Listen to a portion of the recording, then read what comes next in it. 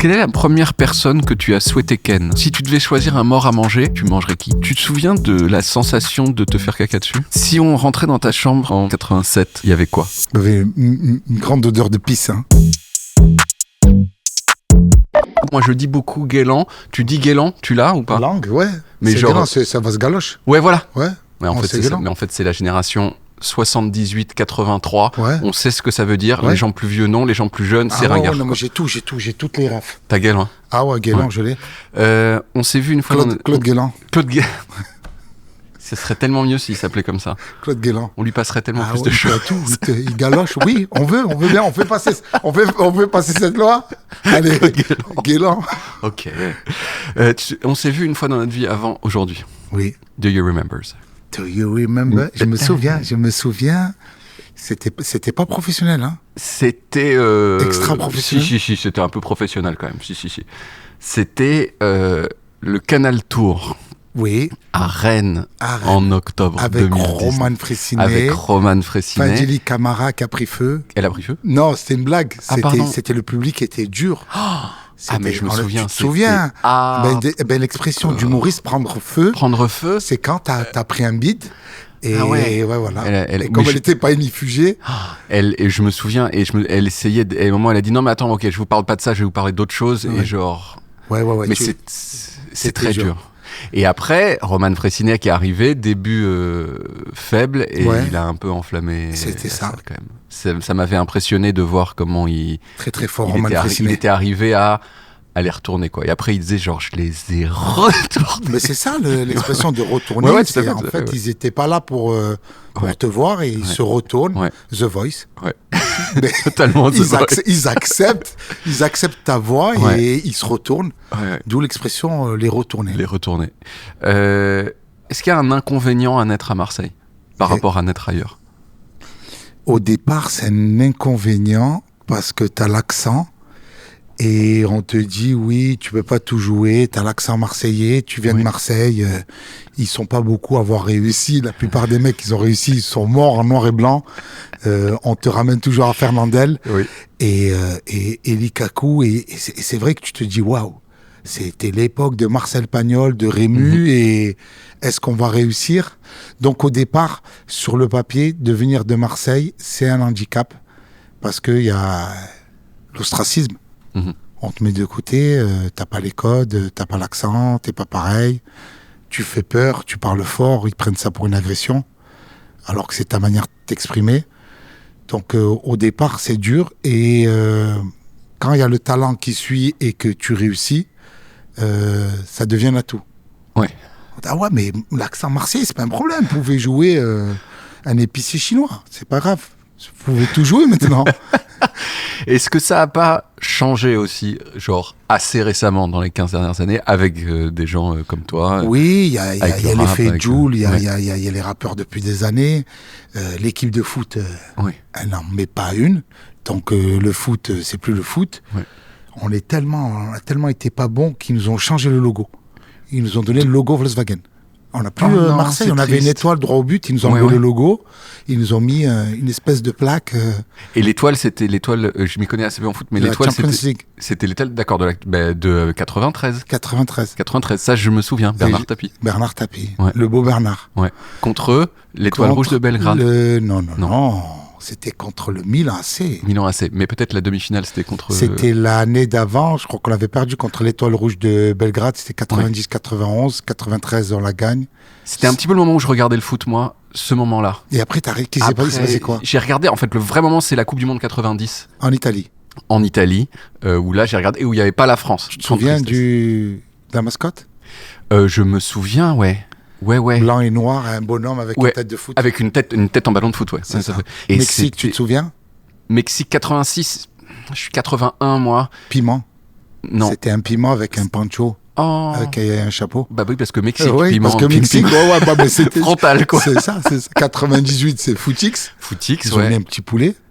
Et après, 2002, c'était je sais plus. Après, je sais plus. Après, c'était...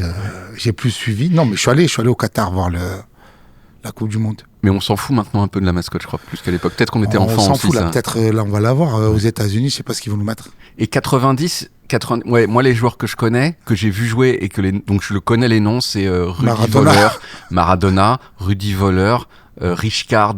Rudy Voleur a joué à Marseille, Ah ouais, à l'Olympique de Marseille. avec ses cheveux. Il a fait 2 années, Rudy Voleur à Marseille, l'Allemand. Oui. C'était vraiment un voleur de but. Il était dans un renard. On l'appelait le renard des surfaces.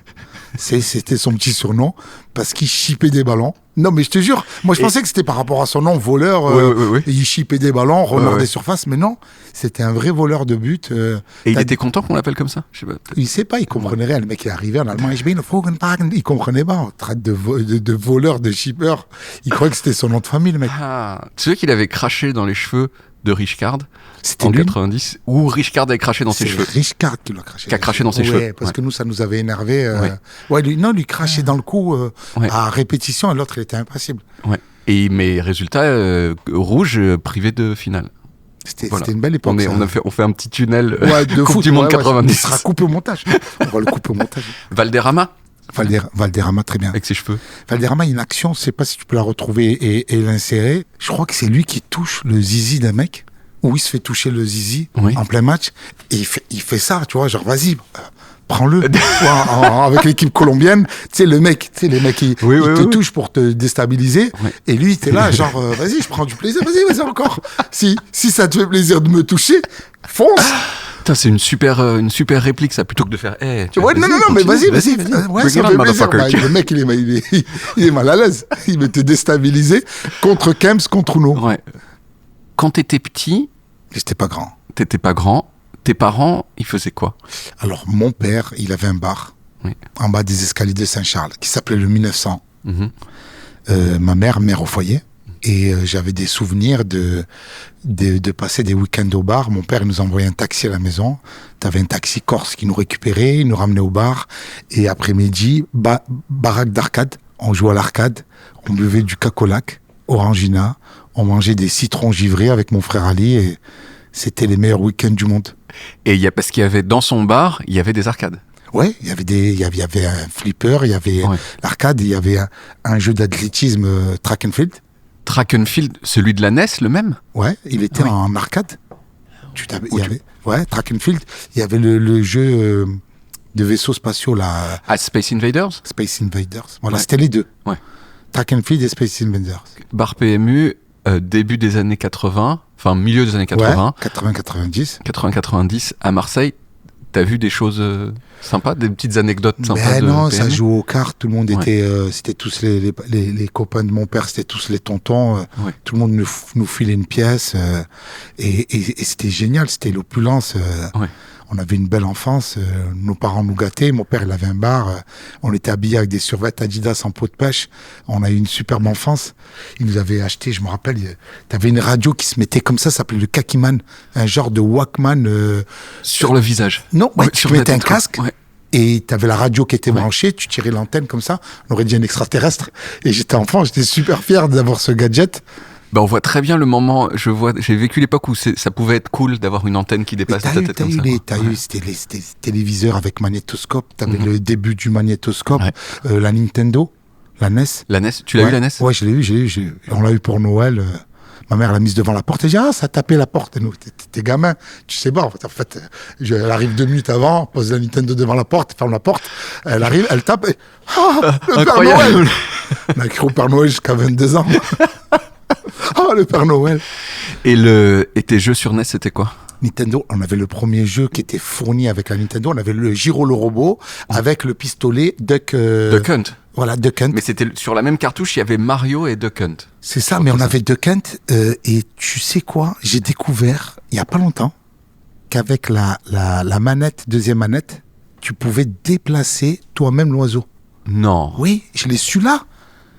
Mais Toute notre vie, on a grandi avec Duck Hunt, mais tu pouvais changer la direction de l'oiseau avec la manette. C'est-à-dire qui ton fait que frère, il est là, il snipe, et toi, avec la manette, boum, avec la direction, tu peux changer, aller à droite, le feinter, à gauche, Mais ça, descendre. du Ouais. coup, c'est 3 fois plus fun. C'est 3 fois plus... Mais on l'a pas su. Mais c'est fou, l'info était pas donnée, quoi. Non, je viens de le savoir maintenant. Ouais. Je pense que ça m'amuserait, peut-être ça m'amuserait pas autant que quand j'étais petit, mais genre, c'était quand même bien. Je pense que ouais, avec les années, les jeux vidéo, c'était mieux dans nos souvenirs. Ouais.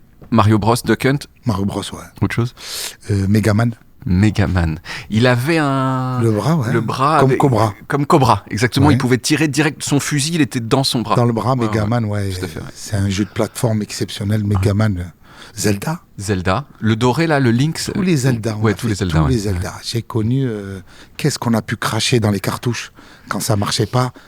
Ah putain, j'avais tu oublié. l'avais oublié, ça. Hein, Et le bruit que ça de faisait. l'harmonica, Ouais. de la flûte traversière. Une pub Nescafé. Il y avait ce truc insupportable dans la NES que le bouton reset, il sortait Ouais. et que des fois, tu sais, tu te déplaçais et t'appuyais sans faire exprès sur le bouton reset et c'était pas comme maintenant où il y avait une mémoire, c'est-à-dire que Il y avait pas. t'étais au dernier stade, tu devais revenir au début, quoi. Ouais, mais j'ai vu un truc, notre génération, on est Z, c'est ça, non? X. Moi, je suis les très vieux Y, moi. Voilà, ils disent que nous, par rapport aux nouvelles générations, Ouais. qui ont la carte mémoire, nous n'avons pas la carte mémoire, c'est notre cerveau la mémoire, Ouais. on pouvait arrêter de jouer à la console parce qu'on n'arrivait pas à finir le jeu. Et là, ça leur facilite. Il y a l'enregistrement. Ouais. Ils connaissent pas les modes difficiles. Donc nous, on a plus de résilience parce qu'on a connu la frustration, Ouais. les trucs qui s'arrêtent, attendre pour voir le deuxième épisode la semaine d'après, le mois d'après, alors qu'ils ont tout, Ouais. tout est prêt. Ils regardent en 1,5 fois. Tu savais ça que ça regardait pas ça, en accéléré. Et ça fait de nous des meilleures personnes, je pense, quand même. Sûrement. Pas sûr. Compétentes. Ouais, pour nous, Ouais. ouais, on fait partie c'était mieux avant. Ouais. Et tu faisais pause le soir et tu reprenais le matin, je sais pas si tu faisais ça aussi. Nous, on essayait d'aller au bout, non. Ah oui. Ah ouais, on allait au bout, on lâchait pas. On lâchait pas, on baissait le son. Les parents pensaient qu'on dormait, on jouait jusqu'au bout de la nuit. T'as 5 frères et sœurs, c'est ça? Ouais. Est-ce que la hiérarchie du cool entre les frères et sœurs, c'était le plus vieux c'est le plus cool, le deuxième c'est le deuxième plus cool, le troisième c'est le troisième plus cool, etc.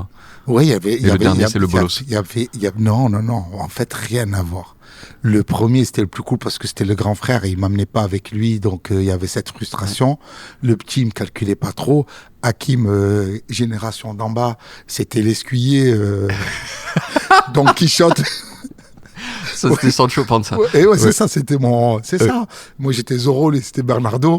C'était mon escuyer, c'était le gars qui s'occupait de la logistique. Oui. Mais toi, t'étais pas l'écuyer de ton grand frère? Non. Il avait son écuyer, qui était mon cousin, Oui. qui avait le même âge que moi.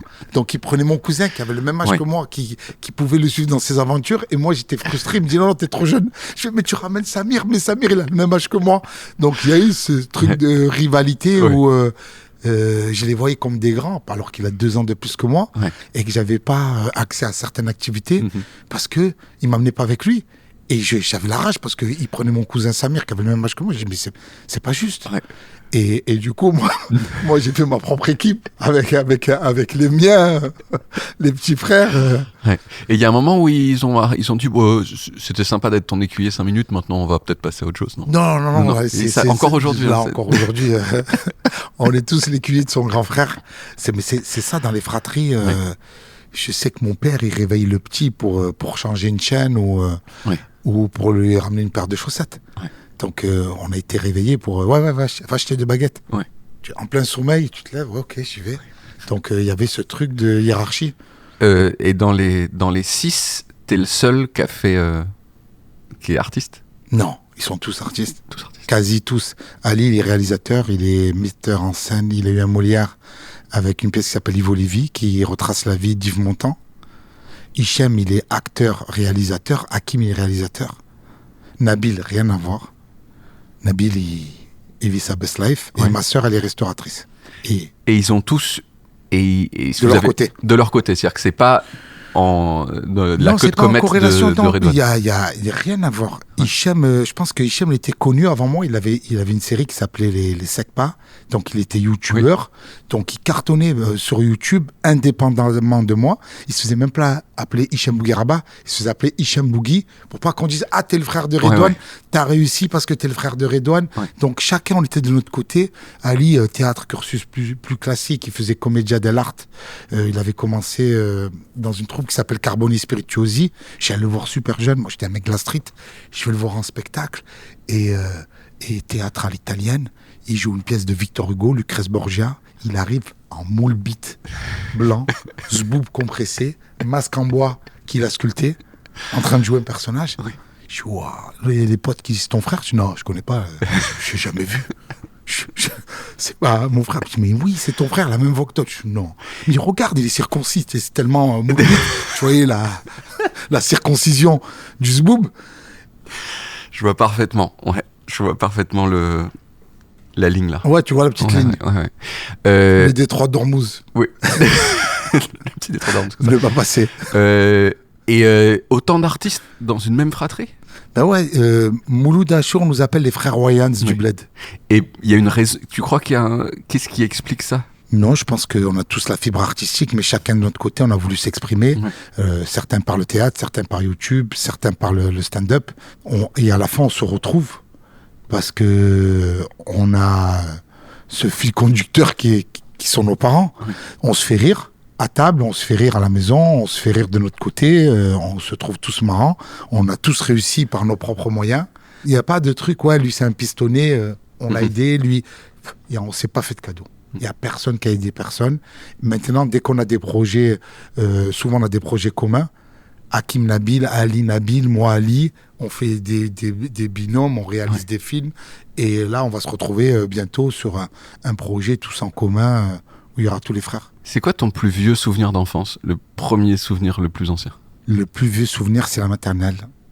Choc, hein. Je crois que je me chie dessus à la maternelle. Immédiatement. Et je repars avec un pantalon en velours qui n'est pas le mien. Et d'où la théorie de qui est le premier enfant qui a chié à la maternelle.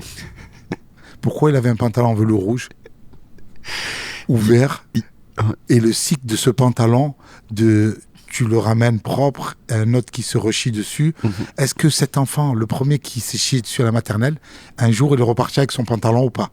Ou c'est un pantalon qui est perdu depuis 1784, la création des maternelles? Il y a un turnover de pantalons au caca en fait, c'est oui. Ça? Ouais. Et quand ça arrive à la maternelle, il y a le petit walk of shame que tout le monde voit bien que tu reviens sac pas. En plastique. Petit sac en plastique. Petit sac en plastique avec ton pantalon. Il est là le walk of shame. L'odeur, tout le monde te regarde bizarre. Les tatas qui t'étaient le chouchou. Ouais. Et essaye, on contrôle pas. Tu te souviens de la sensation de te faire caca dessus? Ouais, c'est vrai, sensation de liberté, on peut plus. Ouais, on peut beaucoup moins. On peut beaucoup moins, mais c'est pas illégal. Le truc de... Tu me dis souvenir de honte les plus lointains. Il y avait ce souvenir de caca à la maternelle. Et j'avais une voisine aussi qui nous gardait. Une fois, on descend, mais tu sais quoi, comme c'est la voisine, on descendait, on était petits, j'avais 2 ans. Oui. On descendait en slip, tu vois. T'es petit, tu descends. Souvent, quand t'es petit, t'es libre aussi. Hein. Tu te promènes en slip ou à poil avec un débardeur. Oui. Donc, j'étais avec mon frère Nabil. On allait chez elle, on était en slip et ma mère, elle n'était pas là. Et donc, on était chez la voisine et elle voulait promener son chien. Du coup, on est parti avec elle dans la rue, promener, moi en slip, mon frère en débardeur. En débardeur sans slip? Sans slip. Nabil, ouais, elle était a cappella. On appelle la fameuse a cappella. Mais t'es petit, t'as 2 ans. Et donc, genre... Ouais, dans le quartier. Dans le quartier, on promène le ouais. On habitait rue de la République à Marseille. En face, il y avait un jardin qui s'appelait Jardin des Vestiges, qui est toujours... Vestiges romaines, à côté du centre bourse. Et c'était notre terrain de jeu. Ma mère nous surveillait du 5e étage. On descendait jouer, on jouait en bas. On sympathisait. On avait des amis clochards. Tu sais, c'est les clochards, ils étaient là, à force de nous voir tous les jours. Tu sais, bonjour Mathieu, salut, ça va Redouane, ça va Ali. Tu sais, c'est des... Oui, ça devient tes potes, quoi. Ça devient des potes. Tu jouais, on était surveillés par des SDF. C'est des trucs que tu pouvais faire dans les années 80-90, tu ne peux plus aujourd'hui. Ouais, effectivement, mais je sais pas si tu peux plus ou si on est plus flippé qu'avant. Il y a peut-être les deux trucs. Ouais, je pense qu'on est flippé. Moi, je vois avec mes enfants, ce que je faisais à mon âge, ils le font plus aujourd'hui. Il y a plus ça leur met des puces de détection Apple. On traque nos enfants comme des bagages. T'es là, à quelle heure ils rentrent, comment ça se fait, tu parles à personne. Si quelqu'un te dit aide-moi à retrouver mon chien, surtout pas. Regarde les reportages sur les serial killers sur Netflix. Il est devenu flippé. Hein. T'as un souvenir de punition? J'ai eu des petites punitions une fois. Je sais même pas si je dois en parler parce que la punition, c'était chaud. Hein. Ma mère, elle m'a enfermé dans un placard. Le placard, elle le ferme et elle m'entend crier Tu vois, elle pensait que c'était parce qu'elle m'enfermait dans un placard. Oui. Mais en fait, c'est parce que mon orteil il était bloqué dans la porte. Donc, elle a fermé l'orteil, d'où le cri. J'avais pas peur du noir. Donc, maman, c'était pas par rapport au noir, c'était par rapport à l'orteil. À l'orteil. Ouais, à l'orteil. J'avais hurlé, ouais. Et t'avais fait quoi pour... Je sais plus. Non, j'étais turbulent. T'étais turbulent. Ouais. J'avais fait, je pense que j'avais fait une dinguerie. J'avais fugué avec mon petit frère. J'avais 3 ans. J'avais fugué avec mon frère Nabil de 2 ans. En fait, j'avais 10 francs, l'époque des francs. Et j'avais ouvert la porte. Mon père dormait. Je suis sorti de la maison, 5e étage. J'ai pris l'ascenseur. Je suis sorti et j'ai fait du Vieux-Port jusqu'à Colbert pour acheter un pistolet en plastique. Donc, j'avais fait une dinguerie. Hyper autonome quand même. Hyper autonome. Non, mais comment on m'a laissé traverser. Je reviens, il y avait ma mère, la police. Et moi, avec qu'est-ce qui se passe tu te rends pas compte quand t'es enfant, tu penses que c'est possible. Ouais. Si on rentrait dans ta chambre en 1987, genre t'as 9 ans, il y avait quoi? Il y avait une grande odeur de pisse. Hein. Oui. Ouais. Beaucoup de pipi. Ouais. Beaucoup de pipi. Trop de pipi? Ouais, enfant, je suis parti avec mon frère Nabil, on a pissé au lit. Hein. Oui. Jusqu'à l'âge de 24 ans. non, pas jusqu'à 24. Mais je sais pas, jusqu'à 10, 11 ans, moi j'ai été... Donc du pipi Du pipi, il y avait des jeux. Il y avait des jeux, il y avait des ballons de foot, ballons de basket, des tenues, beaucoup de jouets. Posters? Ouais, il y avait les posters. Club Dorothée, Génération Club Dorothée, on avait tous les posters. Chevalier Zodiac, Dragon Ball Z. Les jouets, c'était Emen, Musclor. Musclor, ouais. Avec Skeletor, Fisto. Exactement. Emen. Tout. Avec son tigre. Mais, je détiens la force toute puissante. Ouais. Et son tigre qui est genre tout gentil comme ça. Après, dès qu'il se transforme. Il lui fait un éclair dans le visage, après il fait vas-y. Je deviens un vrai tigre. Ouais. Donc c'est cette période. Les Ken aussi. Ken le survivant de l'enfer. Ouais. Tu ne le sais pas, mais tu étais déjà mort. Ça a 3 secondes, ça a explosé. Ouais. Tout le monde, ça. On se mettait des coups là. Oui. Tu ne le sais pas, mais tu es déjà mort. Ouais. Et est-ce que tu n'avais pas un peu envie de Ken Dorothée, un peu? Dorothée, Ariane aussi. Ariane? Oui, on était. On avait soif. Hein.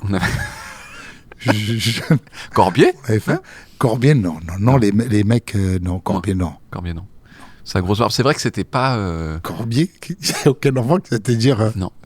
Corbier. Je suis sûr que c'était tellement tout le monde les connaissait, je suis sûr qu'il y a au moins un enfant qui s'est dit Corbier, je le trouve sexy. Et si ça avait été une équipe de pédophiles, on aurait tous glissé. Hein. Oui.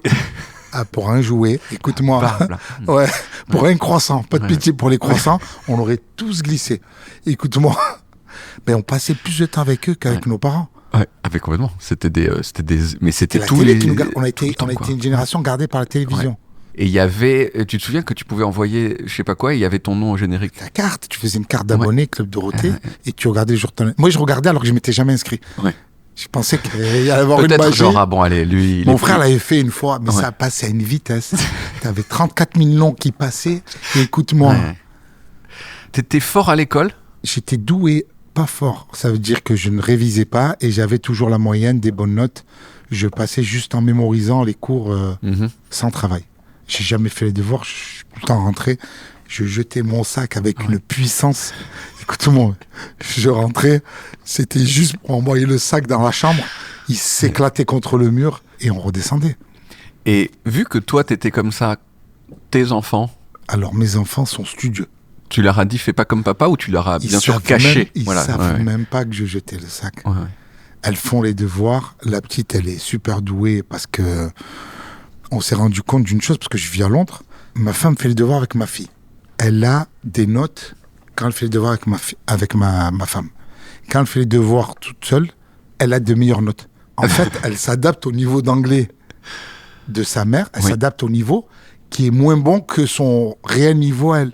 Oui. Donc, toute seule, elle fait des dissertations de malade où elle a des superbes notes. Et quand elle fait avec... Alors moi, elle aurait un truc négatif. En anglais, mais... vous devez être quand même fort en anglais maintenant, à force. Ouais, on est fort en anglais, mais on n'est pas comme les enfants. Ils ont le British accent, on dirait la reine d'Angleterre qui s'exprime. Les deux petites, elles parlent super bien anglais, que moi, j'ai fait encore quelques fautes de grammaire. Parce qu'elles sont... c'est école full anglaise? Ouais, école privée anglaise, uniforme, la totale. Harry Potter, Gryffondor. Tu les vois, les Serpentards. Toi, t'étais dans quel genre d'école? École catholique, Notre-Dame de la Major, catéchisme. La Major, c'est Notre-Dame de la Garde. Notre-Dame de la Major, non, en fait, c'est au panier, il y a une église, il y a un clocher, c'est le clocher de la Major. Et juste en face, il y a une école qui s'appelle Notre-Dame de la Major. Donc j'ai fait de 6e à 3e là-bas. Comme j'étais l'enfant turbulent, et ma mère elle m'a mis dans une école catholique, elle s'est dit là-bas, il va filer droit, on va le fouetter là-bas. Et t'as filé droit? Ouais, j'ai fait droit. Grâce à Jésus? Grâce à Jésus. Et t'aimais bien Jésus? J'adore Jésus. Ouais. Qui n'aime pas Jésus? C'est vrai qu'il est... Jésus. Il est... Ouais. Je sais pas s'il était très fun. Non, il partageait les pains. Oui, mais tu vois, c'est un peu genre... Transformer de l'eau en vin. Non, mais ça, c'est impressionnant, bien sûr. C'est impressionnant, ça. C'est vrai que tu passes une bonne soirée, quoi. Tu passes une bonne soirée. Ouais. T'arrives avec une bouteille d'eau qui transforme en tequila. Waouh. Bravo. Il nous a mis bien. Jésus nous a mis bien. C'est lui qui a inventé le concept de l'open bar. Complètement, avec de l'eau. Alors, il serait adapté, tu vois, est-ce qu'il ferait des Moscow Mule maintenant au lieu de faire Je sais pas, si ça se trouve, Margarita, il s'adapterait. Hein. Quelle est la première personne que tu as souhaité ken? Peut-être que c'était Dorothée. Le survivant. Avec ses muscles. Tu te souviens? Je sais pas, c'est pas Dorothée. C'était Happy Days. Happy Days. Tu te rappelles d'Happy Days? Série de ces années-là. Je crois que mon frère Ali m'a surpris en train de faire un bisou à la télé. Oh. C'est mignon. Et donc, à qui de Happy Days? Je crois que c'était la mère de Richie. Hein. La mère de Richie. Je te jure que c'est vrai. En fait, non, c'était une meuf du casting super fraîche. Oui. Et au moment où je fais le bisou, tu sais, ça change de séquence et il y a la mère de truc. Donc, mon frère, il me voit embrasser la mère de Richie. Il pensait que j'étais gérontophile. Ouais. Donc, pareil, on restitue la vérité. Ouais. Ali, c'était pas la mère de Richie. Mais t'as quand même Guélan la télé. J'ai Guélan la télé. Et électrique. À cette époque, maintenant ça fait pas ça, mais à cette époque c'était incurvé. Et quand tu t'approchais de la télé, il y avait. Il y a tout ton museau qui s'électrifie. Comme ça. Ouais, non, mais elle avait pas de barbe, donc ça va. T'avais les cheveux qui partaient en Christine and the Queen. T'as fait des sports quand t'étais jeune aussi. J'ai fait du karaté. Et tu maîtrisais? Oui. Tu as vu, c'est ça la maîtrise du karaté. Voilà, j'ai fait le geste de la maîtrise du karaté. Non, le karaté, j'ai fait championnat de Provence, j'ai gagné championnat de Provence. Championnat de France, j'ai pas gagné. J'étais bien au karaté. On avait un super prof de karaté, Denis de Ranieri, super prof de karaté, qui est encore en activité à Velten, dans le quartier de Belzons. Et je me souviens, j'ai fait de 7 ans jusqu'à 20 ans. Après, j'ai eu un petit break et je suis revenu. Et quand je suis revenu... on avait un prof qui était strict quand même. Hein. Il me dit, hey, si t'es pas content, je te prends en tête à tête. Et j'avais grandi. Donc c'est des trucs qui nous faisaient, je te prends en randori, je te prends en combat. C'est des trucs qui faisaient peur à tout le monde. C'était la terreur. Et j'ai dit, ouais, je suis prêt là, maintenant, c'est bon, j'ai grandi, je suis capable. Et j'ai placé un balayage à mon prof de karaté. J'étais devenu le héros de tous ces jeunes qui le voyaient comme un tyran. Et donc à partir de là, il a dû se calmer quand même. Non, mais ça va. Je vois encore des jeunes à Marseille qui me disent, Redouane, t'as mis un balayage au prof de karaté. Ouais. Est-ce que t'as déjà utilisé tes compétences de karaté dans la vraie vie? Oui. Ouais. Oui. Dans la bagarre. Dans la bagarre. Dans la bagarre. Tu t'es déjà battu? Je me suis battu avec mon frère Ali contre des inconnus. Longtemps, j'ai voulu le mettre dans un sketch, mais j'ai jamais mis. C'est avec mon frère Ali. Ma mère est propriétaire d'un appartement à Joliette. Et elle louait à des gens. Puis ces gens sont partis. Ces gens ont laissé l'appartement à d'autres personnes. Puis il y a eu des squatteurs dans l'appartement. Et ma mère va aller voir et dire toute ma vie, j'ai travaillé dur pour être propriétaire. Et comme en France, la loi protège les squatteurs. Tu sais que tu as la trêve hivernale. Ouais. Je rentre chez toi, tu prêtes ton appart, tu changes la serrure, je paye une facture d'électricité, c'est chez moi, tu peux plus me sortir. Va me sortir de chez toi. Donc, et le mec, il dit non, c'est chez nous et tout. Et il parle mal à ma mère. C'est pas question de trêve hivernale ou quoi. Et ma mère, elle pleure. Je dis, qu'est-ce qui se passe? Elle me dit, ouais, le mec, il m'a menacé, il veut pas partir de chez moi. Je dis, maman, c'est un tournoi de karaté. J'ai mis un balayage au prof. T'inquiète pas. Je vais le gérer. Donc, je pars dans l'appartement des squatteurs. T'avais une famille, des mecs de 45, 50 ans avec ses fils de 20 ans qui travaillaient en plus.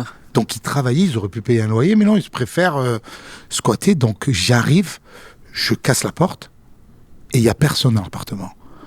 Écran plat, frigo, ils avaient meublé le truc. Je fais le déménagement, je sors tout de la maison. Donc je sors tout de la maison et je casse la maison. Donc je pète tous les murs. Exactement comme Ken dans Street Fighter 2 avec la voiture là. Exactement. Donc tu peux plus vivre dans cette maison. Donc en plus c'était délabré. Je dis on va faire les travaux, j'éclate la maison. Donc je pars le lendemain, j'appelle mon frère, je dis Ali viens, on va aller commencer les travaux, on va tout balayer, tout retirer, les briques, les murs pas mètres qui sont tombés, et je rentre et il y a la famille. Donc je suis avec mon cousin Samir, l'escuyer d'Ali, et on tombe sur la famille, le père de famille je le vois avec la haine, c'est toi qui as cassé notre maison? Je fais non, c'est notre maison. Et le mec essaie de me frapper avec une barre en fer, donc j'esquive, je lui enlève la barre, je dis monsieur, sommation, j'ai mal parlé à ma mère. Non, il vient avec son fils. Son fils vient pour me frapper. Mon frère Ali attrape son fils, qui est à l'âge d'Ali. Donc, t'as Ali qui le maîtrise. Le père, il veut me remettre un coup. J'évite, il me met une patate, je la prends. Après 3 coups, je lui mets une patate, il tombe KO. Et je vois mon frère en train de tenir. Et Ali, théâtre, tu te calmes. Nique-lui sa mère. Comment tu te calmes? Il se passe quoi là? Il avait son mouvement aussi. Ouais. Non, il était là en mode médiation.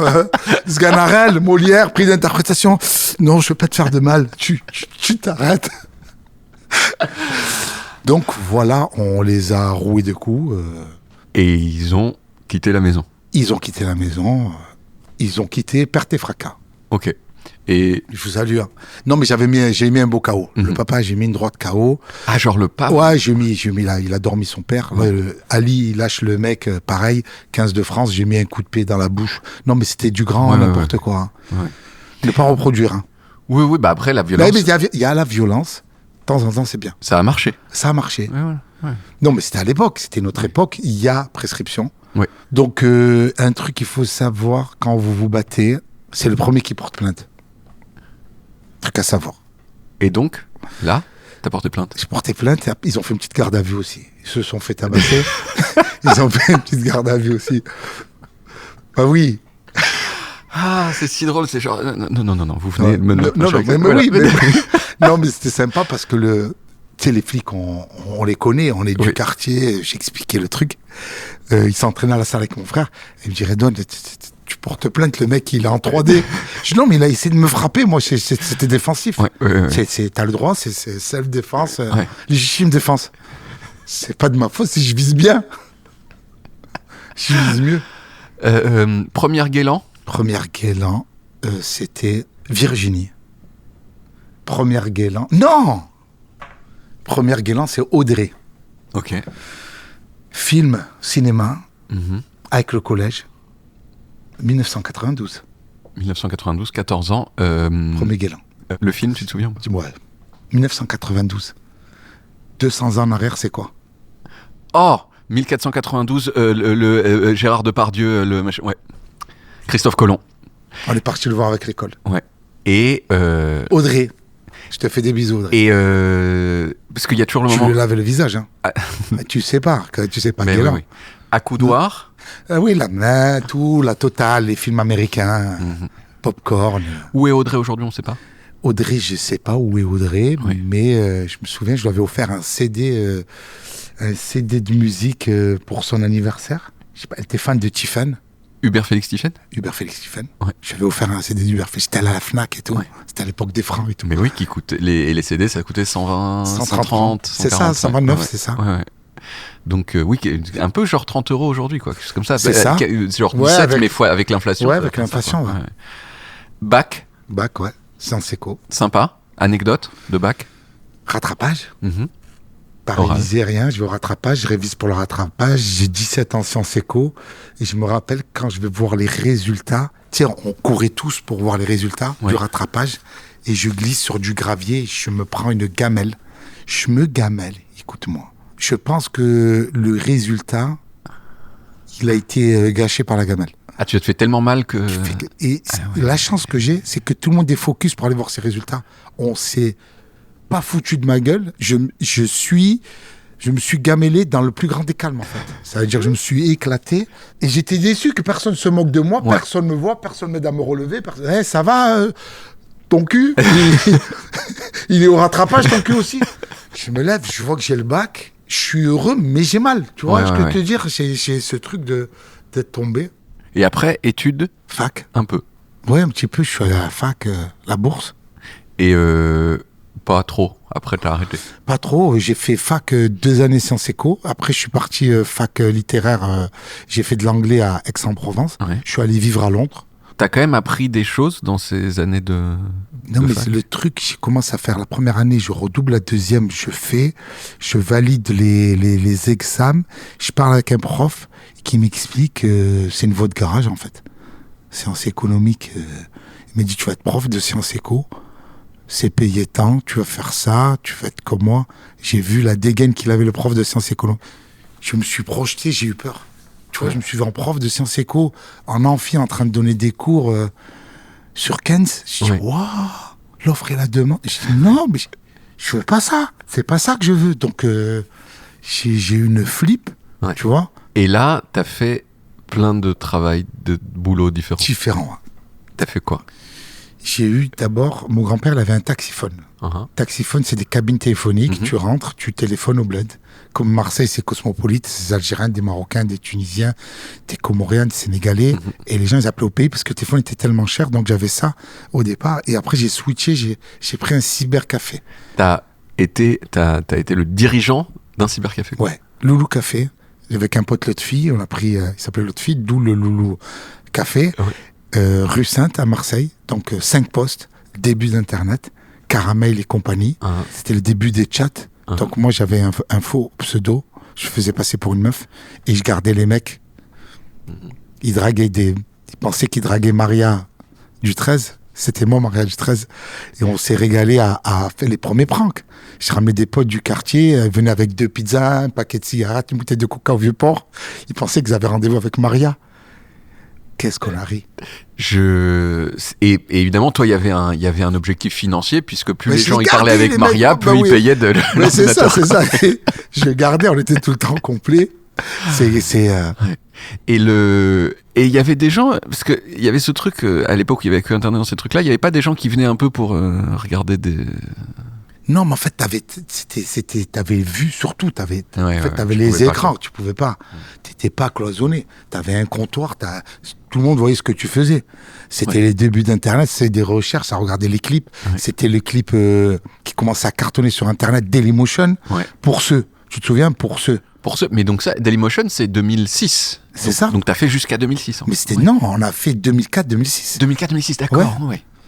T'as les mecs qui regardaient ça, on diffusait les matchs de foot de l'OM, j'avais un grand écran, je mettais les matchs de foot, je faisais des pizzas, des burgers, je faisais à manger, je faisais Internet. Et encore avec les gros écrans ou c'était déjà des... Ouais, non, c'était les plats. C'était déjà les plats. Ouais, 2006, c'était plat. Autre petit boulot.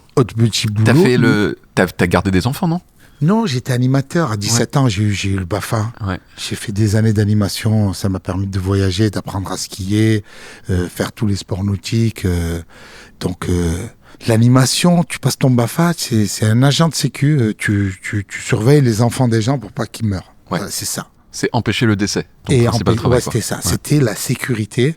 J'étais agent de sécu, en fait, de jeunes enfants que les parents pouvaient pas garder pendant les vacances. Donc, on leur amenait faire des activités. Et c'était là, je comptais 2, 4, j'en ai 14. C'est bon, ils sont là, les 14. Allez, on les fait traverser, on les fait manger, ils doivent pas s'étouffer, ils doivent pas se noyer. Donc, ça te prépare à ta future vie de père. Le BAFA, c'est très, très bon pour ta future vie de père. T'arrives à gérer 14, tu peux gérer 1. Easy. Et t'as jamais perdu d'enfant? Jamais perdu d'enfant. T'imagines? C'est la prison. Tu perds un enfant, c'est la prison. Non, mais mais je te jure, tous les animateurs, les bons animateurs, ils ont ce truc de sécurité. C'est au départ, tu es là pour faire du culturel dans le sens où tu fais des chansons, tu apprends à dessiner, à faire du bateau, du catamaran, de la plage, de la pétanque. Tu essaies de faire du ludique, ça c'était facile, de les distraire. Et quand tu vois que tu fais que de la sécu, tu te dis ça y est, c'est trop tard. Au départ, tu es là, tu fais des spectacles de fin d'année, tu les fais rire, tu les fais chanter, tu passes un bon moment. Quand arrive, c'est que de la sécu, tu deviens vigile. C'est là que tu te dis, il faut arrêter l'animation. Donc, animation, cybercafé, d'autres travails. Non, après, je suis parti, j'ai vécu à Londres. J'ai fait tout type de travail. À Londres, j'ai travaillé dans la construction, j'ai travaillé au McDo, j'ai travaillé à Burger King, j'ai travaillé à French Start, je livrais des tourtes, j'ai fait des travaux d'Hercule pour pouvoir payer le loyer, des vraies souffrances. Après, je me suis installé avec ma femme à Londres. Je faisais les allers-retours avec Paris pour faire le spectacle. Grand moment de promiscuité, de pauvreté, je fraudais l'Eurostar. Comme tu fraudes le RER ou le train, j'ai fraudé l'Eurostar. Donc j'ai collé une vieille dame. Ce qui est dur quand même, parce que c'est pas comme frauder un TGV Paris-Lyon, quoi. Il y a un peu plus de sécurité de barrière, quoi. Non, il y a une seule sécurité. Il y a une barrière à passer. Une fois que tu as passé cette barrière, c'est fini. On te demande plus ton billet. Donc c'est le point où il faut faire gaffe. C'est le point au début où tu scannes ton billet. Tu scannes ton billet, là tu peux plus parce qu'ils regardent à la caméra, ils sont à l'affût. Depuis la loi Redon Bougueraba, tu peux plus frauder l'Eurostar. Il y a eu un précédent. T'as cassé la possibilité pour tous les autres. En fait, j'ai cassé la possibilité. Il y a des mecs, peut-être ça faisait des années qu'ils faisaient ça. J'en ai parlé une fois dans un podcast où les mecs, ils ont dit putain, les mecs d'Eurostar disent putain, à cause de toi, on est vigilants. On est vigilants. Mais c'est ça, tu regardes quand tu as ton billet Eurostar, tu scannes ton billet, le portique s'ouvre. Si tu arrives à passer avec une personne là, c'est fini. Après, c'est que des douaniers, que des mecs de la PAF, et c'est fini. Il s'est passé, quand t'as livré des pizzas, t'as travaillé de McDo, il s'est passé des trucs qui t'ont marqué dans ces années-là où Oui, j'ai livré, je travaille dans Basilico, un restaurant italien, et conduire à Londres, c'est le contraire de nous. Roule à droite, il roule à gauche, ça n'a rien à voir. J'ai fait des accidents. J'arrivais avec des pizzas. Le mec, il commandait une margarita, tu livres une calzone. C'est parce que j'ai commandé. Non, mais c'est juste fait un accident, monsieur. Donc, elle se retournait la pizza. Mais des grands moments de souffrance. Et tu peux pas, c'est dans ton parcours qui te forme de manger du pain noir. Et j'ai connu ça. Comment t'es passé d'un type qui livre des pizzas à un type qui fait... Qui mangeait pizza. Qui commande des pizzas. Qui mangeait pizza et qui fait le stade Vélodrome. Écoute, il n'y a rien qui était prévu. Tout s'est passé comme c'était pas prévu. Il n'y a aucun game plan. Tu sais, les mecs te disent, ouais, j'ai planifié, je me suis projeté. Il y a ce truc de projection, y croire vraiment, faire cette prière, boire de l'eau, du sulfate de sodium. Non, c'est pas vrai. Il n'y a rien qui était prévu. Moi, mon rêve, c'était de faire l'Olympia. Tu sais, quand j'ai démarré ce métier, tu fais des petites salles, tu te dis, purée. Mon rêve, c'est de faire l'Olympia, mettre Redon Bougueraba en rouge. Je l'ai fait 2 fois, j'ai marqué à jamais les premiers. Et j'ai mis Poupouna Harvard. C'est ma fille Poupouna, j'avais une vanne, je disais, le jour où je gagne suffisamment d'argent, j'enverrai mes enfants à Harvard pour payer la scolarité, parce que la scolarité, c'est 250 000 l'année. Tout compris. Avec la nourriture et le logement. Mais exactement. Quand même. Donc, quand j'ai fait l'Olympia, après, ça a débloqué des trucs. J'ai fait 10 palais des sports, 2 Bercy. Je fais 3 DOM à Marseille. Le journaliste de la Provence, il me dit, vous avez fait 3 DOM à Marseille. Et pourquoi pas le Vélodrome? C'est vrai, pourquoi pas?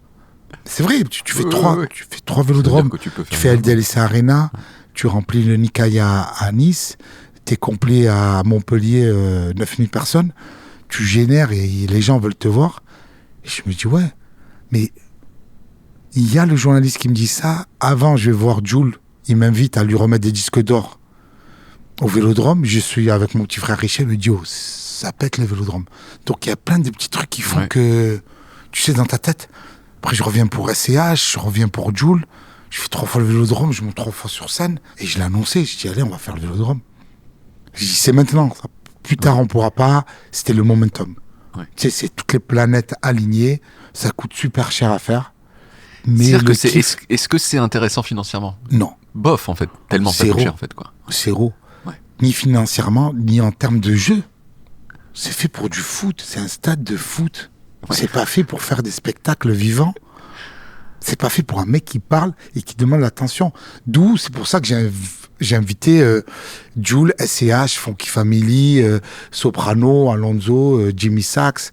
Il y avait Gims, Gad Elmaleh.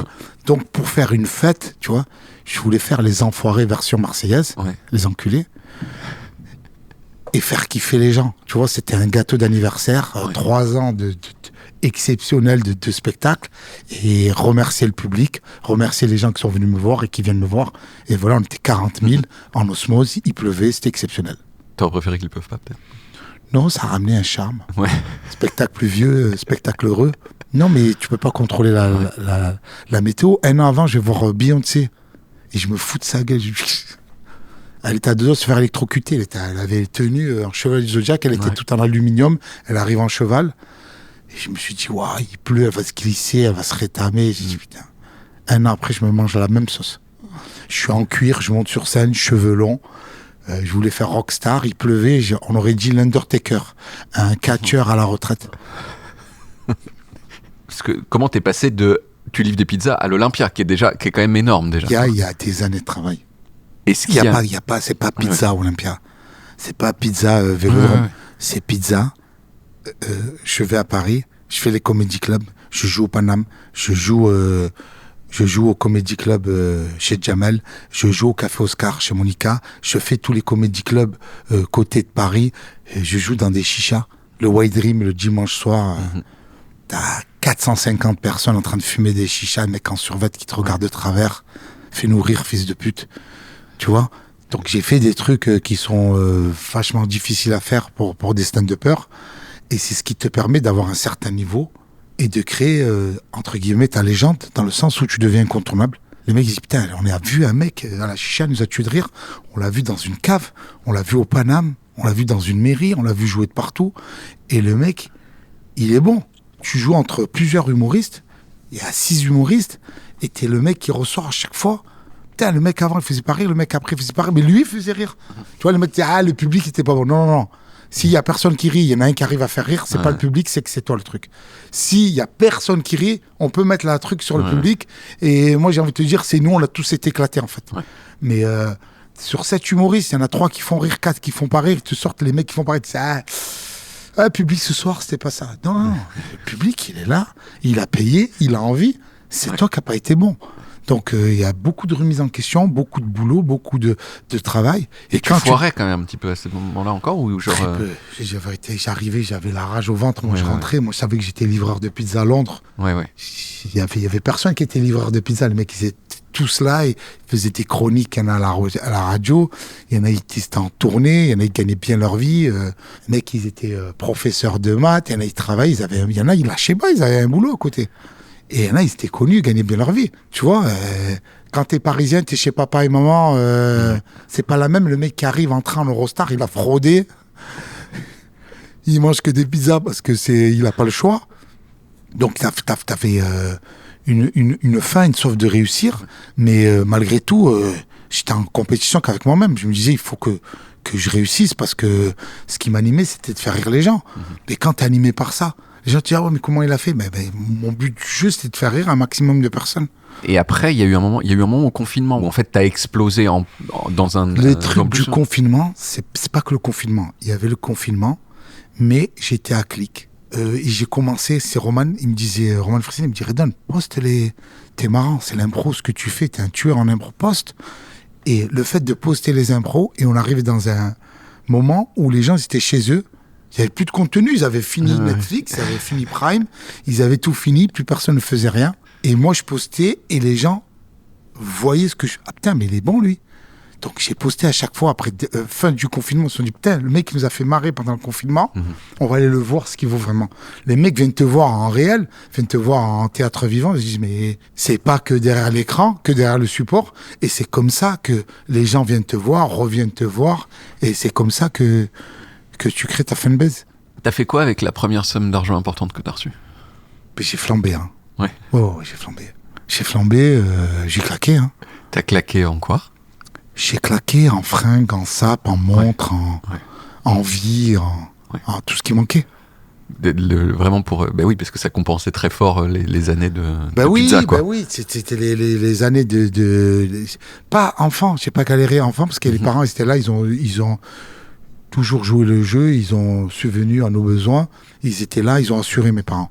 Mais dans ta vie d'adulte, il est là le virage.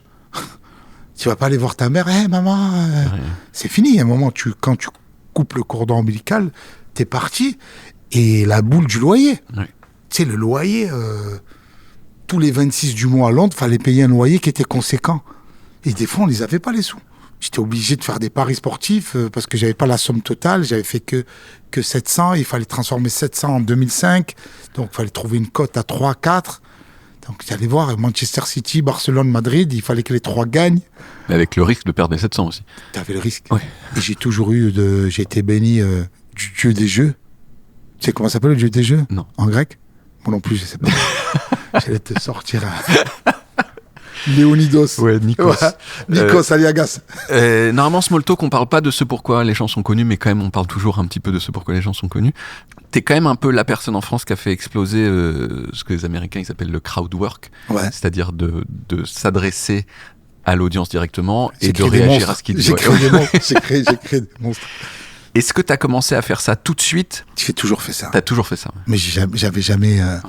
Je faisais toujours ça. Et tu avais des metteurs en scène, des directeurs artistiques qui disaient mais ça va aller nulle part. C'est les mecs en masterclass, c'est l'improvisation, c'est pas du théâtre. Ouais. Et tu es les mêmes gens qui croyaient pas en toi maintenant qui disent il faut faire comme Redouane, il faut que tu postes un extrait de ton improvisation, tu essayes de provoquer l'improvisation. Tout ce que on m'a barré la route, c'est devenu il faut faire.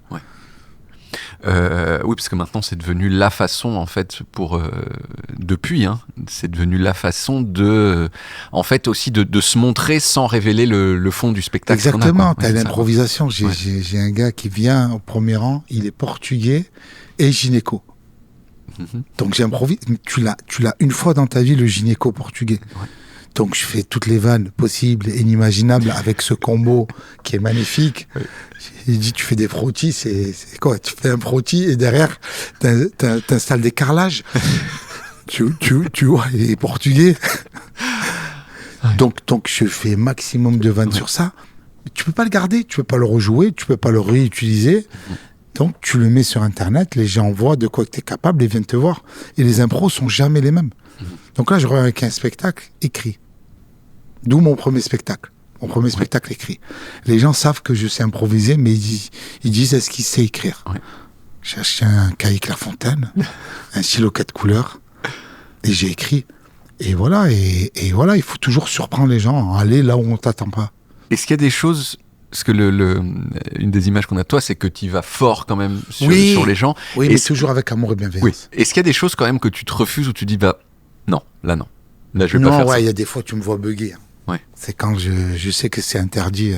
Je sais que des fois tu peux vexer des gens et les gens ils ont économisé pour venir te voir. Ils ont pris un jour de congé, ils ont pris une nounou pour garder les enfants. Et le but du jeu, c'est qu'ils repartent avec les étoiles dans les yeux. Et c'est ce que j'essaie de faire. Et t'as des mecs qui disent « Ah, il va trop fort !» Mais les gens qui sont là... j'avais fait une vanne une fois sur une meuf qui est au premier rang. J'ai que des blancs au premier rang. Il y a une noire. Et je fais la vanne sur j'ai dit, j'ai l'impression que t'es la boule noire d'un Motus. Ta. Mais les gens sont morts de rire. Et en commentaire derrière, bad buzz. Oui, et t'as la meuf qui dit « Je suis la boule noire. J'ai passé la meilleure soirée de ma vie. Fermez vos gueules. » Donc, je suis défendu par les personnes que je vise ou que je vanne et ils sont là pour ça. Et lorsque je fais pas les vannes sur le premier rang, j'ai des plaintes, je reçois des messages. Ouais, on a payé les places plus chères, on s'est mis au premier rang. Tu nous as pas calculé, il y a un manque de respect, tu devrais faire. Donc, tu m'as même pas dit que j'étais moche. Ouais, j'ai mis un t-shirt éclaté. Je me suis pas coiffé, je me suis pas brossé les dents. Je suis pas maquillé, j'ai pas fait de contouring. Donc il y a ce truc de les gens se mettent au premier rang, ils veulent en découdre, et t'as le deuxième rang, c'est les voyeurs. Ils ont pas le courage de se mettre au premier rang, mais si tu les vois derrière, ils sont là. Et quand tu les regardes, ah non, c'est là. Pourquoi tu crois que les gens ils aiment bien? Pourquoi tu crois que les gens ils viennent pour ça? Qu'est-ce qui explique ça à ton avis? Parce que depuis la nuit des temps, on s'est toujours vanné. On s'est toujours vanné, on s'est toujours tiré dessus, que ce soit au boulot, que ce soit à l'école, que ce soit le voisinage, que ce soit en famille. Et ce qu'ils retrouvent, c'est ce qu'ils retrouvent chez eux ou ce qu'ils ont connu à l'école, qu'ils ont connu au collège, au lycée, à la fac, au sport. ce truc bon enfant, de famille, et que tu as envie de retrouver. Tu es dans ta ville, tu es en concert, il est là, et tu sais que c'est un moment, t'es garanti de rire. Et ça touche tout le monde. On l'a toujours chambré. Je sais pas, avec tes potes, vous êtes toujours vannés. Ouais. Il y a toujours eu la vanne. T'as eu la mauvaise coupe, la mauvaise chemise, les mauvaises lunettes. T'arrives de travers, t'arrives avec la trace d'oreiller sur la tête. Et tu sais que moi, je vais pas te rater. Tu sais que moi, je vais le voir. Je dis tout haut, tout fort, ce que les gens pensent tout bas. Oui. Est-ce que c'est aussi un truc que, quelque part, tu te sens exister par rapport à la personne qui est sur scène, et genre, pour un court moment, oui, même si t'es dans l'ombre, t'es une toute petite, t'es une resta un petit peu. Oui, t'as le 15 minutes de Andy Warhol. Oui. Mais c'est sûr. Tu te sens exister, et l'espace d'un moment, t'as un spectacle personnalisé. Ça sera pas le même demain. J'étais le soir où il y a eu tel mec. J'étais le soir où il m'a vanné moi. J'étais le soir où il a vanné ma copine qui se la pète. Mais il y a des gens qui arrivent, c'est des règlements de compte. J'arrive, des mecs qui me connaissent même pas. Ils sont au premier rang, ils disent ouais, j'ai ma famille qui est derrière, ils m'ont mis une place devant, je vous connaissais pas. C'est François Pignon. Il le sait même pas, mais il est rentré dans le dîner de con et c'est parti. Et tout le monde est complice et tout le monde passe un super bon moment. Est-ce que t'as vexé des gens des fois ? Et jamais. 100% des gens qui sont venus sont partis satisfaits. Donc t'as des commentaires, des gens qui disent ouais, moi s'il m'avait fait une vanne comme ça, j'aurais mis mon poing dans la gueule. Oui. Mais t'es pas fan. Oui. C'est comme un mec qui est végétarien, il a rien à foutre dans une boucherie. Oui. Il dit le gigot d'agneau, c'est pas mon truc. Mais t'es végétarien, poteau. Oui. Et t'as plein de mecs qui spéculent sur ouais, il se va prendre un pain, il va se prendre une tarte, il va rien se prendre du tout. Les gens, déjà, on est complet 1 an à l'avance. Oui. Donc pour qu'un mec qui se retrouve au hasard sur un site de billets moins cher ou groupe, ça n'existe pas en fait. Il y a que des initiés. En fait. Oui. Tu peux pas te retrouver à mon spectacle si tu me connais pas. Oui. C'est pas venez, on vous invite, vous allez voir Redon Bougueraba, le mec il arrive, tu le vannes sur sa coupe, il se vexe. Non, les gens qui viennent, ils savent ce qu'ils viennent voir. Tu veux pas aller voir Céline Dion au hasard. Oui. C'est exactement la même. Oui. T'as personne qui dit ouais, moi je vais au concert de Céline Dion, si elle fait pas pour que tu m'aimes encore, je l'étrangle. Les poteaux, déjà, il faut être fan de Céline Dion et va acheter des places pour Céline Dion. C'est complexe. Donc toutes ces spéculations qu'il y a autour de moi, il y a un mec qui va sortir de prison, il y a un mec qui va pas l'aimer, il y a un mec qui va aller le voir. C'est du bluff. Ça n'existe pas, quoi. C'est du bluff. Promo, théâtre, Édouard VII. Ouais. On a rajouté une date, c'était complet, on a rajouté le 2. Et je pense que le temps que tu diffuses, ça sera sold out. Ok. Et rien d'autre à vendre. Non, dans 1 an. Ouais. Dôme de Paris. Ouais. Okay. On fait 4 dômes de Paris. 16 000 places. Ouais. C'est ça. Un peu plus, c'est 4002. Un Bercy. Ça fait oui. Ouais, j'ai déjà fait 2 Bercy, mais là, on commence gentiment, c'est bien. Ouais. Puis peut-être c'est mieux de faire. Tu préfères pas faire 4 dômes Arena plutôt qu'un Bercy, ça ? Ouais, je préférerais faire. Si j'avais été 16 dômes que 3 Bercy. Ouais. Dernière partie de l'interview s'appelle En vrac. Là, c'était un peu chronologique, tu vois. C'était chronologique. Partie de ton enfance, jusqu'au machin. On s'en même pas. Après, on a fait des petits. Emrata. Emrata, oui, alors là. Oui. C'est pour moi, ça ? La wishlist ? Moi, je pensais que c'était. Wishlist d'invités de ici. Ah, je pensais que c'était tous les gens que j'avais ken. Il y a Alain Chabat. Il y a Adam et Ève. Alors, les gars, à part Adam et Ève. Ouais. Et SCH, peut-être. Tout est faisable. Si tu devais choisir un mort à manger, un de tes morts, tu mangerais qui ? Non, ce serait un mort un mort de quelqu'un d'autre. Ouais. Oui, donc c'est pas mange tes morts. Non, ouais. Un mort d'un pote. Le mort d'un pote, ouais. Okay. Mange ses morts. Non, c'est mort. S'il te reste 10 minutes à vivre, qu'est-ce que tu fais ? Je mange les morts de quelqu'un. Vraiment ? Non. Mais s'il reste 10 minutes, je pense qu'on serait dans un état de panique. Ça serait l'état de chercher un film pour Netflix qu'on trouve jamais. Tu sais, quand tu te mets... qu'est-ce que je vais faire ? Il me reste 10 minutes. Attends, la famille, non. Mes enfants, ma femme. Attends, je sors l'argent que c'est sur le compte, je vais tout flamber. Ça sera bon pour les impôts. Oui. Tu sais pas. Peut-être la défisc. La défiscalisation. Ouais.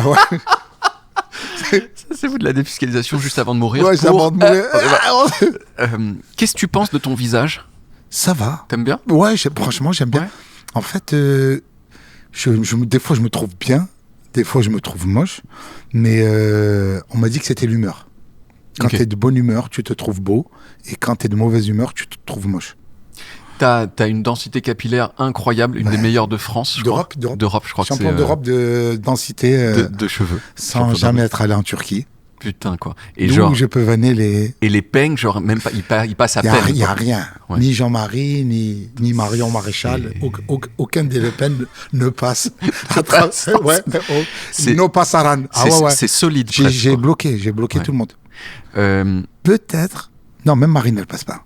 Même Marine, elle passe pas. Marion Maréchal, peut-être. Peut-être elle peut un peu. Peut-être. Quelle proportion de gens, à ton avis, te trouvent beau?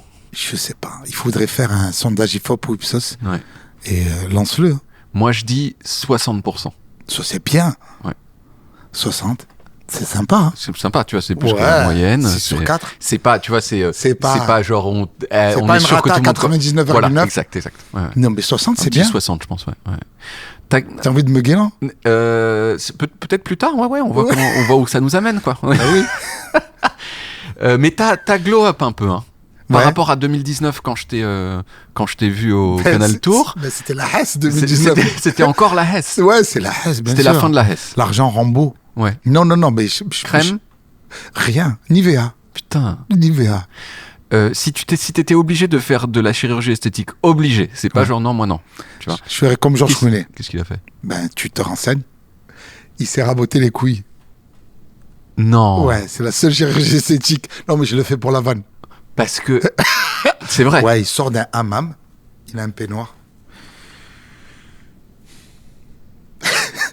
Et ça tombait? Ouais.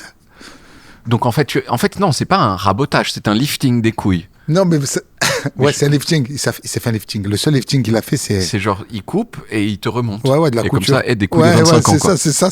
Ok, putain. Mais tu taperas... Georges Clooney, dans une interview, il dit la seule chirurgie esthétique que j'ai faite, c'est raboter les... Lifting the balls. The balls. Lift the ball. Lift the trophy. Il a soulevé les... Mais effectivement, parce que oui, la gravité fait son effet, quoi, et voilà. Je pense que si j'avais un problème de cheveux, j'aurais fait les cheveux, sinon... je peux pas... Tu peux peut-être en mettre encore plus. J'ai vu Zac Efron et le Botox. Ouais, ça te fait une gueule de merde. Les gens, frères Bogdanov. J'ai un pote qui dit ça, qui dit en fait, les gens, à partir d'un certain âge, souvent, ils préfèrent avoir une gueule chelou qu'une gueule vieille. Mais du coup, t'as une gueule, c'est pas possible, quoi. C'est pas ta gueule. C'est pas ta gueule, c'est terrible, quoi. Non, les mecs, ils se lèvent, tu cries, le miroir, même la personne à côté de toi. Tu pars, en plus, t'as le truc de plus tu touches le visage, plus t'as envie de retoucher et ça part. Non, mais. C'est quoi la chose la plus illégale que t'aies faite de ta vie? Voilà. Waouh. Alors là, écoute-moi. C'est une belle question. Hein. Illégale que j'ai faite dans ma vie. Tu peux répéter la question une troisième fois si tu veux. Est-ce que j'ai le droit à un joker? J'ai le joker. Bah, t'es évidemment pas obligé de répondre. Multivitamine. Je le prends un jus de fruits à boire. Ouais. Il est illégal, jeune, j'ai fait des bêtises. Hein. Mm-hmm. Ouais. Mm-hmm. Je suis de Marseille. Hein. Mm-hmm. J'ai fait les bêtises qu'il fallait pas. Hein. Ouais. Donc je me suis retrouvé dans des petites affaires pas très nettes. Ouais. Jeunes. Hein. Ouais. Qui m'ont mené en prison en Amérique du Sud. Ok. Donc, Marseille, Amérique du Sud. Ah là, oui, l'Ascension. C'est... Donc, tu sais que... Non, Marseille, spécialité carte bancaire. Ouais. Donc, jeune, j'étais dans des petits trafics de cartes bancaires. Donc tu prends une carte bancaire, mais il faut c'est une carte bancaire sans le code, ça c'est... Mais en fait, non, c'est pas ça. C'est que j'avais des potes, ils avaient fait des faux distributeurs qui mettaient... Donc ça partait avec tout. Mais ta carte, il n'y a rien derrière. Tu partais, ça te marquait votre carte. Non, mais le collet marseillais, tu pensais que ta carte s'était fait absorber. C'était vrai, mais pas par les gens que pas par la banque. Pas par la banque.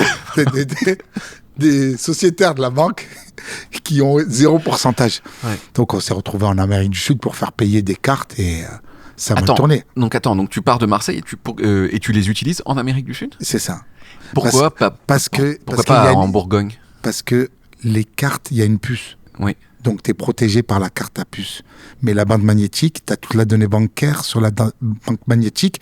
En Amérique du Sud, tu swipes la carte et tu tapes ton code. Il n'y avait pas le système à puce. Je te parle ça, c'est en 2006, il y a 20 ans. Donc, tu prends la carte, tu prends l'avion pour aller en Amérique du Sud. Et là, tu vis... Tu peux retirer, Tu peux retirer et tu peux même ramener à Marseille ensuite l'argent. Ouais. Si tu passes pas par la casse-prison. Oui. 3 mois et demi. 3 mois et demi. Ah bon, Futuro. On va faire le film. Donc ça tombe bien que tu en parles. Ouais. Sympa, prison ? Non. Non. Mais non. Mais non. C'est pas en prison. Mais t'as cru que c'était le Club Med ? J'ai eu tu crois qu'il y avait des activités, bienvenue en prison. J'ai eu Cynic ici, le rappeur, qui a fait quand même genre, lui, peut-être 7 ans, 6-7 ans. Cynic ? Ouais. Mais quand ? Il y a un petit moment. Hein. C'est pour ça arrêter la musique qui t'a parti en prison ? Non, je crois que c'était quand même avant de Super Percé. Mais il dit non, mais moi, je retrouvais mes potes. Oui, mais quand tout t'es en France, mais en Amérique du Sud, tu te retrouves avec des mecs du Venezuela, en Colombie.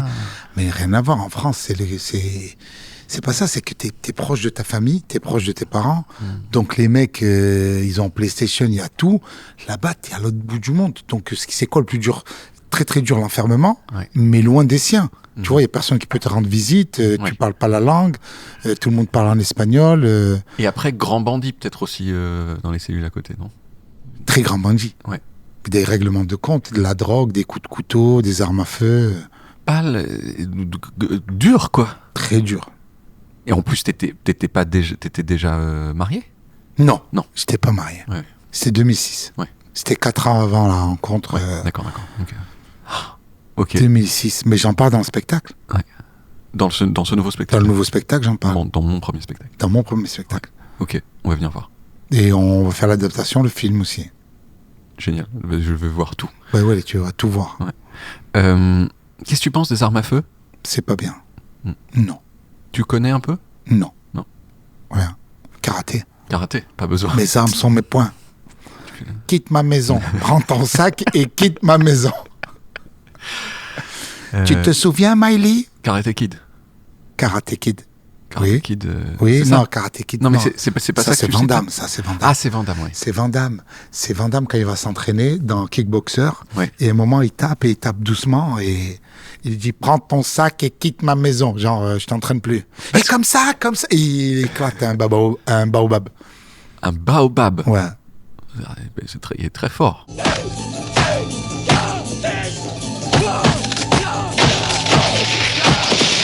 Ouais, non, je crois que c'était même pas baobab, c'était un... Ouais, il était très... bananier. Et pourquoi il tapait... Un palmier, c'est un palmier. Pourquoi il... Baobab, c'est... Ouais, c'est costaud. Mais pourquoi il tapait pas fort avant ? Non, mais parce que genre, ça l'a motivé. Genre, je veux dire, c'est fini l'entraînement, tu vois. Tu fais mal les choses, tu dis, tu te casses. Tu veux pas faire l'interview, tu te casses. Ouais. Et là, tu... Palmier, ok. Ouais. Ça a été quoi ta plus grande douleur physique de toute ta vie ? Alors, j'en ai pas mal, c'est blocages de dos. Hein. Ouais. Les blocages de dos, une qui m'a pas fait mal, c'est je crois que j'ai fait hernie inguinale. C'est ton intestin qui ressort par l'aine, là. Exactement. En fait, on a une poche où tu as tous les intestins. Cette poche se perce comme un jean et tu as l'intestin qui sort et qui passe entre les abdos. Et quand tu éternues, tu as une boule qui sort au-dessus du sexe. Donc, c'est très désagréable. Donc, opération, je ne m'étais jamais fait opérer. Opération de l'estomac, anesthésie. Compter jusqu'à 10, tu comptes à 2, tu es parti déjà. Et c'est pas ça, c'est que c'était douloureux mentalement parce que je vais chez le docteur, je lui montre, il me dit bon, c'est une hernie, donc mettez-vous tout nu, je vais vous ausculter, et il se retrouve avec les fameuses testicules dans la main. Oui. Donc il commence à faire une palpation pour voir si c'est pas plus grave. Donc je me retrouve avec le docteur qui tient la salade de fruits, mes burnes et mon appareil génital dans ses mains. Et je savais pas je pense qu'avec salade de fruits. Non, parce que ma bite, en fait. Tu voulais ma beuteux. Est-ce que tu veux Guélan, ma beuteux? Est-ce que tu veux Guélan, ma beuteux? Donc il fait comme ça. Glace italienne. Donc et je me dis, est-ce qu'il a le droit ou pas, tu vois? Mais tu sais de quoi j'ai eu peur? D'avoir une érection. Ah. Et là, de remettre toute ma sexualité. Oui, ça aurait pu remettre des trucs en question. De dire, en fait, je suis pas dans cette équipe. Oui, je suis dans l'équipe de Jarry. On n'est pas... Tu vois? Non, heureusement, tout s'est bien passé. Ou pas? Je sais pas. Donc, et je dis, monsieur, il me dit non, mais c'est normal. Il me dit, c'est processus pour voir si c'est pour pas... Pour voir, c'est quand même pas exactement non, au même endroit. Non, il a palpé, il m'a touché, un touchement. Tu t'es petit à petit peu demandé, genre, est-ce que c'est vraiment nécessaire? Ça va, Redouane? Oui. C'est nécessaire, Redouane, c'est nécessaire. L'attachée de presse qui est en train de se réincarner, c'est ça que j'aime. C'est tout ce qu'elle veut avoir de moi. J'ai vu effectivement. Ouais. C'est la belle Ikram. Attachée de presse. Elle est derrière. On dirait une hôtesse. Non, ça, tu n'en parles pas. Elle est comme ça, déjection, désarmement des toboggans, vérification de la porte opposée. Elle est là en train de piloter un Boeing 749. Dans la tempête. Ouais, dans la tempête. Tu sais faire un truc inutile mais drôle? Inutile, oui. Allez. Vas-y. Attends, ça fait peur. Mais c'est hyper bien. T'as fait des do dièse, des la bémol et tout. Ça t'a plu ou pas? Mais beaucoup. Inutile, mais drôle. Complètement. Ouais. Et tu sais faire des mélodies, quoi. Je vais m'entraîner à faire la Marseillaise.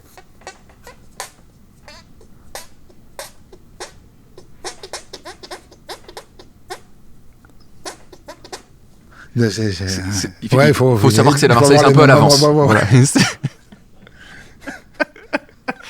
Est-ce que tu as déjà été jaloux du succès de quelqu'un? Non. C'est vraiment. C'est pas... Cœur pur. Ah ouais. Parce que tu as dû voir avant de méga percer toi. Les premiers que j'ai vu réussir, c'est Funky Family. Je suis de Marseille et c'était une fierté. C'est rap, Marseille. Ils sont sortis. Mais c'était tes potes? C'était les grands du quartier. Ouais. Luciano, Menzo, DJ Gel. Don Choa, Pon, et ils ont explosé. Et je les voyais voir les clips à la télé. Ils sont partis, ils ont fait Bad Boy de Marseille avec IAM. Et j'étais comme un fou, j'étais gamin. Je dis waouh, c'est possible, c'est Monsieur Tout le Monde qui devient superstar. Et donc j'étais super fier d'eux. Donc c'est des Marseillais, ils ont réussi. Donc je suis super content quand je vois des Marseillais qui réussissent. Je suis content quand je vois des potes qui réussissent. Je suis content. Mais je parle du moment peut-être où tu étais en train de livrer des pizzas et de faire le Paname et que là tu as des gens que tu vois. Alors je vais te dire, ma classe d'humoristes, on jouait au Comedy Club. Il y avait moi, Inès Reg, Jimo. Ouais. C'est ma classe d'humoristes et je vois Inès Reg en 2018 exploser et c'est une fierté. Parce que je me dis, c'est possible. On joue ensemble. Oui. Si elle le fait, c'est que, en fait, il y a une voie vers la réussite qui est possible. C'est de voir personne réussir autour de soi, te dire que c'est impossible, en fait, puisque on est condamné. On joue tous à l'euro million et tu le touches, elle le touche. Je me dis, je vais peut-être le toucher. Oui. Et ça a été ça. En fait, ça frappait Inès en 2018, ça me frappait moi en 2021, tu vois. Donc, et c'est exceptionnel. C'est quoi ta position sur le shit? Le shit? Ouais. C'est chic. Le shit, c'est chic. Le shit, je fume pas. Ouais. Je fume pas de drogue. Je sais que certains fument la marijuana, fument le shit, et ça leur permet de déstresser, de gérer certaines douleurs. Il y a un côté pharmaceutique. Ouais. Pédagogique, je sais pas si ça t'aide à apprendre quoi que ce soit ou à bien dormir le soir, mais moi je fume pas. Ouais. Je fume pas, je vais pas te faire l'apologie du shit. T'aimes bien les tatouages? Zéro tatouage. Zéro tatouage. Et chez les autres? Ouais, je trouve ça mignon. C'est bien chez les autres. Ouais. C'est comme le racisme. C'est bien chez les autres. J'aime bien, mais chez les autres. Mais chez les autres, pas chez moi. Ouais, pas chez moi. C'est quoi ta position sur les rapports sexuels qui font intervenir plus de 2 personnes? C'est un meeting. C'est un meeting, c'est une réunion. Ouais, c'est plus un rapport sexuel. Ouais. C'est polygamie. Ça peut être polygamie, le polyamour, le trouble. Oui. C'est... Oui, mais ça, le trouble, c'est un plan à 3 qui dure et qui s'installe, tu vois. C'est pas... Je pense que c'est... Mais s'il y en a qui se retrouvent dans ça, c'est comme les tatouages. Oui. C'est bien chez les autres. Ou le shit, finalement. Ouais, c'est pareil. Le shit aussi, c'est bien chez les autres. C'est pas bien. Ouais. Qu'est-ce que tu penses des impôts? C'est plutôt pour, plutôt contre les impôts? Oui, mais doucement, il faut doser. Oui. Non, ils abusent. La moitié, ils sont associés. Doucement, les impôts. Ça va. Ça, on est content de vous payer, mais doucement, doser un petit peu. Là. On se calme. On se calme un peu. Est-ce que tu regardes des vidéos de niche sur Instagram? C'est quoi les vidéos les plus niches que tu regardes? Les niches, je regarde beaucoup les vidéos, les reportages animaliers. Ouais. Ça, je regarde les Genre, la petite gazelle qui est déchiquetée, par exemple. Non, pas ça, je te jure, sur les gorilles, sur des insectes, c'est tout. La faune et la flore. Même tout ce qui est poiscaille, on y va. Je suis captivé. J'ai vu j'ai une espèce de poisson bizarre avec une lampe. C'est la femelle. T'as les mâles qui la croquent et qui fusionnent avec elle. Elle voyage, elle n'est pas seule. C'est un poisson. Ils sont 7-8 greffés, covoiturage, copoissonnage, avec un autre animal qu'elle a capturé, qui lui fait de la lumière. Puis, je vais te montrer ça. Et ça devient le même animal, quoi. C'est le même animal. Mais c'est les poissons des grandes profondeurs, non? Des grandes profondeurs. Ah ouais, avec leur Il n'est pas tout seul, ils sont 8. C'est une fusion avec 8 autres poissons. On va aller regarder ça immédiatement. On va mettre. Si tu retrouves comment il s'appelle. Vous allez cliquer juste là. Le mâle, qui est beaucoup plus petit que la femelle, va littéralement fusionner avec celle-ci. Il va tout d'abord s'attacher à la femelle en la mordant et ne plus la lâcher jusqu'à ce que leur peau et leur système sanguin fusionnent complètement. Poisson chelou qui fusionne. Poisson Dragon Ball. Poisson Dragon Ball. Fusion. T'aimes bien la vengeance? La vengeance est un plat qui se mange froid. Oui. Mais chaud, c'est bon. Immédiatement. Ouais, immédiatement. Et je pense que la vengeance immédiate, elle est mieux que la vengeance froide. Bah, la mise de race des squatteurs de ta mère. Après, avec l'âge, c'est plus dans un truc où, pas le pardon, mais le karma. Le truc de se mettre, c'est Ramzi Bedia qui me disait, moi je me venge pas, je me mets à côté de la rivière et je vois passer le cadavre de... Je dis, mais t'attends qu'un autre mec le bute, c'est pas toi qui le fais. Il me dit, mais c'est souvent ça. Il y a le truc de karma, je te jure, les gens qui te font des entourlouperies, ben ça se loupe pas, ils se loupent. Est-ce que t'es là pour... Est-ce que ça marche en genre, est-ce que t'es là pour les vacances? Est-ce que t'es différent? Est-ce qu'il y a une grosse différence entre toi en privé et toi en public? Non. Est-ce qu'il y a des choses différentes? Ouais, il y a des choses. Je me lâche beaucoup plus en privé. Ouais. Alors que tu te lâches quand même en public. Non, il y a un vrai lâcher prise. Il y a lâcher... Non, il y a un vrai lâcher. Et tu vannes les gens en privé dans ta famille, par exemple? Oui, je vanne au quotidien. Donc les gens me croisent, ils en prennent ce qu'on appelle une balle gratuite, et se disent waouh. Je dis c'est gratuit, c'est offert. C'est un échantillon. C'est comme les trafiquants de drogue qui donnent la drogue gratuite pour que les gens ils tombent accro. Mais qu'est-ce qu'il m'a fait? Il s'est foutu de ma gueule, mais je vais venir le voir. Non, mais première dose gratos, le bolo s'est fidélisé. Mais je te jure, on est à Marseille, je pars jouer, là c'est la mode, le paddle. Je me mets au paddle. Je vais jouer au paddle et j'avais loué un gros 4x4. C'est un 4x4 énorme, super, c'est un 4x4 américain. Je suis à Marseille, je me gare devant le truc de paddle et en sortant du paddle, je suis tout seul. Il y a des policiers en civil qui sont garés et ils sont entre eux, ils me reconnaissent et la voiture elle est canon. Et t'as un des 4 policiers qui dit t'as une super belle voiture, et je le regarde, j'ai une espèce de suceur. Les policiers morts de rire. Mais ça, la seule personne de France qui peut faire ça. Je suis le seul à pouvoir dire, à traiter des policiers de suceurs. Je suis le seul. Ça, je faisais la même blague avant d'être connu. Je finis en garde à vue. On passe en comparution immédiate. Je fais 6 mois. Mais c'était trop beau. T'as pas eu quand même un tout petit truc, genre quand t'as des suceurs, non, mais non, mais c'est fait avec amour et bienveillance. T'es obligé d'éclater de rire. Il y a aucune alternative. T'es obligé, tu vois, tu rigoles. Et ben, eux, ils ont éclaté de rire.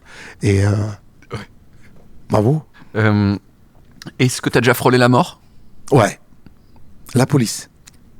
Alors c'est Halloween. Mais c'était un Halloween à Marseille qui tombe, mais je n'étais pas au courant. J'avais un super masque de Freddy, les griffes de la nuit. C'est un masque, on dirait que j'ai pris feu. Donc je mets ce masque et je vais chez mon pote Ramzi pour lui faire peur. Donc je l'appelle. Je dis Ramzi, tu descends? Donc j'attends qu'il descende et au moment où il descend, je mets le masque pour lui faire peur. Donc je suis en bas de chez lui avec le masque. T'as une voiture de police qui s'arrête comme ça. Il me voit avec le masque attendre devant une maison. Il y a un mec qui s'est fait abattre 2 heures avant, règlement de compte, il avait un masque. Donc, jour d'Halloween, je suis braqué par la police. Tu bouges pas, t'as quoi dans les mains? C'est un téléphone. Donc, je me fais braquer par la police. J'ai vu ma vie défiler. Donc, à cause d'une blague chelou, j'ai failli mourir. Il y avait mon pote Zoran Sesevic qui était là, qui m'attendait dans la voiture, que lui était pétrifié. Et souvent, on en rigole. Il me dit, putain, t'as failli mourir bêtement le jour d'Halloween. Donc, voilà. Putain. Et que c'est très très bien. Les gens, normalement, ils n'ont pas des histoires aussi bien que ça de faillir mourir. J'ai failli mourir Marseille. Hein. Donc, t'avais l'histoire drôle avec la police, l'histoire... et collé. Mais c'était pas les mêmes. Hein. Ouais. C'est pas les mêmes trucs. Est-ce que dernière question. Pour le coup, là, j'aurais fait suceur. Dernière question. Est-ce que tu pourrais avoir du désir pour une personne nazie? Une belle personne nazie. Une belle personne nazie. Une personne féminine nazie. Bah, si Emra Tarachowski était du Troisième Reich. Ich bin Fugenstagenbag. Si Emrata vote nazi, c'est Emrata. On préférerait qu'elle vote pas nazi. Même Emrata. Ouais. Non, je pense pas. Ouais. Mais non, j'aurais pas épousé le nazisme. Oui. Même par amour. Même par amour, genre. Quoique. C'est le mec. Quoique. Je reviens vers toi, je te donne une réponse. Merci beaucoup, Redouane Bougueraba. Merci. Schweigenstagen, nous avons les moyens de vous faire parler. Bon cet épisode il est fini, va y avoir plein d'autres épisodes et si vous voulez être sûr d'en manquer aucun, eh bien cliquez sur le bouton qui permet de vous abonner à Smalltalk. Après je sais que s'abonner c'est un choix personnel, donc je vais pas vous forcer, mais si j'étais vous, je le ferais, c'est tout ce que je dis. À dans 2 semaines, parce que c'est tous les 15 jours, ok? Pour le mini. Ça va, tu vas bien? Ouais, super. Il y a un grand manque de respect ici. Ah putain, en quoi il a consisté le manque de respect? Mais oui. Il y a pas marqué OM? Local poubelle, ils ont mis local OM. Les enflures. Et ça l'était pas ce matin, hein. Je crois que c'est parce que t'es arrivé. arrivé. Je l'ai vu, ça y était pas ce matin? Non.